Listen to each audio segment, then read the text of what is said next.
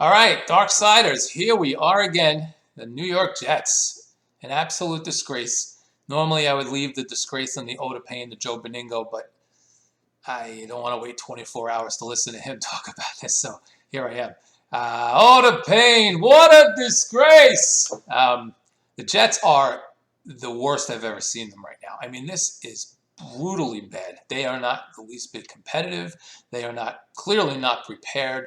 They are playing like a bunch of guys who are completely lost, and their coach is the reason for that. I mean, there's no other way to do it. I mean, we worried about whether Sam Darnold was the problem, and maybe he was just not that good. And you bring in a veteran guy like Joe Flacco today, who's won a Super Bowl and has never been spectacular, but he's always been steady. I mean, he's been in the league 12 years. He's not a terrible quarterback. If anybody's going to show that this team has got talent enough to do something to prove that Darnold is not the guy, then Flacco's as good as anybody just to prove that. And he didn't prove anything. He had the same troubles Darnold did. He was running for his life. He had drop passes. We'll get to Chris Herndon in a minute. Oh, my God, Chris Herndon, what are you doing? And, of course, the play calling. The play calling is just horrendous. It is, Adam Gase has a stretch in every game.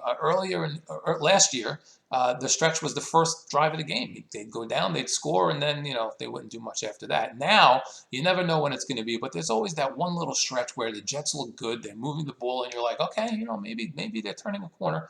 Nope. The rest of the time, Adam Gase is either calling plays that are completely inappropriate for the situation, or he's running scared and essentially giving up on his team and playing not to lose, or just giving up altogether.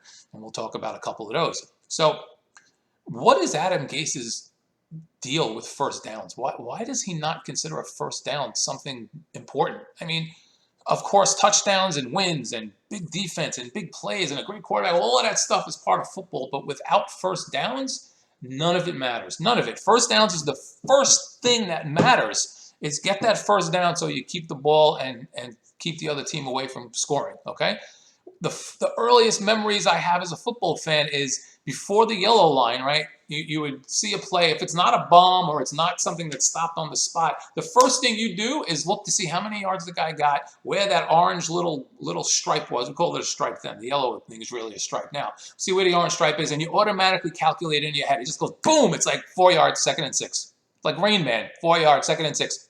Up 7 yards. 2nd and 3. And what do? The first thing I do is I'm like, okay, here's all the plays that can work here. If it's 2nd and 9, obviously you're probably going to pass, unless you're Adam Gase. He runs the ball every time. Yeah, we'll get to it. So on second, 2nd and 3 or 2 or 1, you're automatically thinking anything's in play. So now is a time for you to try either a bomb because you got another shot at a short play, a play action, or run. You want to run? That's fine. On 2nd and 3 and less, maybe even 2nd and 4, you could do just about anything. So that's the first thing all of us think is in terms of how to get that first down and keep the ball. Adam Gase treats first downs like it was some hot chick he met in a bar last week, took her home, and now wants nothing to do with her. He's like, oh, here she comes. I don't want anything to do with that. Unless he can run around her or just give up, he doesn't want anything to do with it. He doesn't want anything to do with that first down. And I don't get it because there are plenty of opportunities for this guy to get first downs with plays that are not designed for completely different downs, okay? Case in point, it's 3rd and 1. And this is not the terrible play. The 4th down play is a terrible play, but it's 3rd and 1, and he's not thinking about getting that first down clearly because he's handing the ball on a semi-trick play to a tight end / fullback, trying to confuse people and maybe sneak something in there. Which it's not the worst call. I don't like it. On 3rd and 1, if you know you're going for it on 4th down, throw the ball down the field. Try and make something happen. But okay. I'm not going to harp on that one because there's plenty to harp on the 4th down play. 4th down play, this guy runs a handoff play. That's something you would do on the first play of the game on 1st and 10. Quarterback takes the ball, turns around, running back is 6 yards deep, runs up, grabs it, and by the time he gets to the line, there's 10 guys who saw the play coming and jam the line, and he doesn't get the first down. Okay? That one, if you're going to run a terrible, slow-moving play like that, at least play action so that the whole line says, oh, their eyes open wide, and you're like, oh, my God, they're running the ball. By the time they process that, they all run. You got 5 receivers wide open standing there like this. You don't know who to throw it to. So you might screw that up, but at least you have the option. Nope. He runs these plays. you want to talk about giving up and not even trying. The Jets, this trick play it might be the worst trick play I've ever seen. They try a little flip to a wide receiver. I don't think it was Vincent Smith. I forget who it was, but so the wide receiver takes the ball and he's clearly looking to throw the ball, and now he's trying to get away from the defensive lineman and runs backwards and trips and falls down and loses 16 yards. 16 yards, man. Come on. Anyway, 16 yards. So it's 2nd and 26. And what does this genius do? He runs the ball right up the middle for a loss of 1. It wasn't even like he got 5 yards. It wasn't like a pitch out where he might get 10 out of 26 back. Nope. And that would be kind of giving up too. But he just runs a regular run play up the middle, loses a yard. So now it's 3rd and 27. And, unless you're going against the Jets, the first down's not being made on 3rd and 27. So Adam Gase plays scared. I don't know what he's trying to do other than trying to make his game plan work for a bunch of guys who don't necessarily fit it. And he certainly is not trying to take advantage of the other team's weaknesses. I just don't understand it anymore. It seems like the Falcons fired Dan Quinn today, or if they're not today, it'll be tomorrow. But Dan Quinn is gone. So that's 2 straight weeks. That team's off the slow starts. Granted, they're better teams. They're expected to do more than the Jets. But the Jets, some people expected the Jets to be a 500 or a 9-win team this year. I was not one of them. I was thinking 6 and 10 would be the deal at best. And when you get a look at the schedule and the injuries and everything else, you're hoping for 4 and 12. But I'm digressing. I'm rambling. So Quinn's out. O'Brien last week, and Adam Gase is still here. Now, I don't want either of those guys. I don't want to go near the retreads or anything like that. But can anyone tell me that they're not better than Adam Gase? Anybody? Bueller? Anyone? No, you can't tell me that. Adam Gase does not deserve to be a head coach in this league right now. He is absolutely awful. He is weak. He's clueless. I mean, you listen to the guy in the post-game press conference, and here's the funny thing about Adam Gase, right? You look at him on the sideline, and he's looking at his clipboard like this all the time. He's just looking down. He's writing into it. He looks lost. I mean, he shows no emotion. One of his players went down today, and he kind of like walked over there to take a look to see what was going on. It's like, dude, I mean, can you show some urgency? But anyway, Adam Gase on the field, during the game seems like a mope. He's like, okay, well, this happened. Let me do this. But then you hear him in his press conference. He's actually kind of engaging. He sounds like a normal guy. He's intelligent.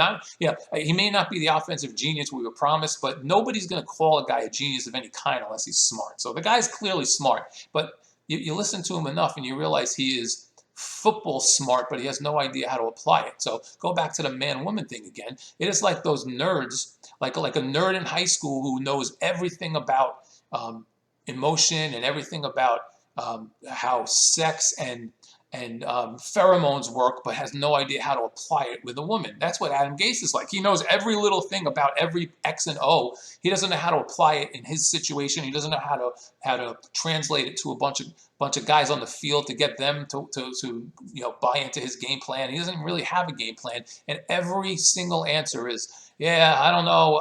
We're gonna have to go look at the tape. I mean, what are you doing for 3 hours when the team's playing? You're not watching? I understand you can't see every little thing on a tape, but when someone asks you what happened on 3rd and 1, you should know what happened on 3rd and 1 without having to go look at a tape. When Flacco gets a dead ball, how many dead ball penalties can you get? How many dead ball delay a game penalties can you get with no crowd?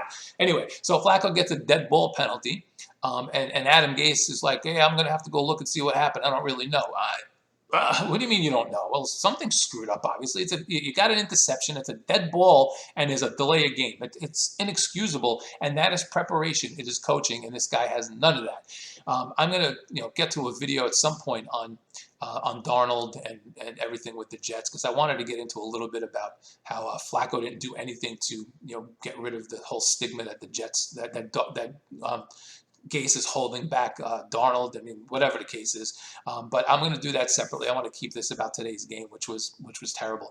For the Jets to have a team like the Cardinals come in here, who are just not that good. I mean, I know they have some offensive weapons, but they were terrible today too. They had a bunch of penalties that gave the Jets first downs. Jets got a bunch of calls and things that if they didn't get, it might have been worse. And this is a team that was begging the Jets to let them stay in the game, and the Jets just wouldn't do it. So I wanted to just kind of keep it to the game, but I will get to my opinions on Darnold, which previously I started to waver on him a little bit, but after today, It's clearly, without any doubt whatsoever, the coach that is holding him back, and the Jets better do something about getting somebody in there to help him out. So the next video will be about why Darnold needs help immediately and not to have Gase ruin him for the rest of the year. All right, have a great night, everybody. We'll talk soon. Take care.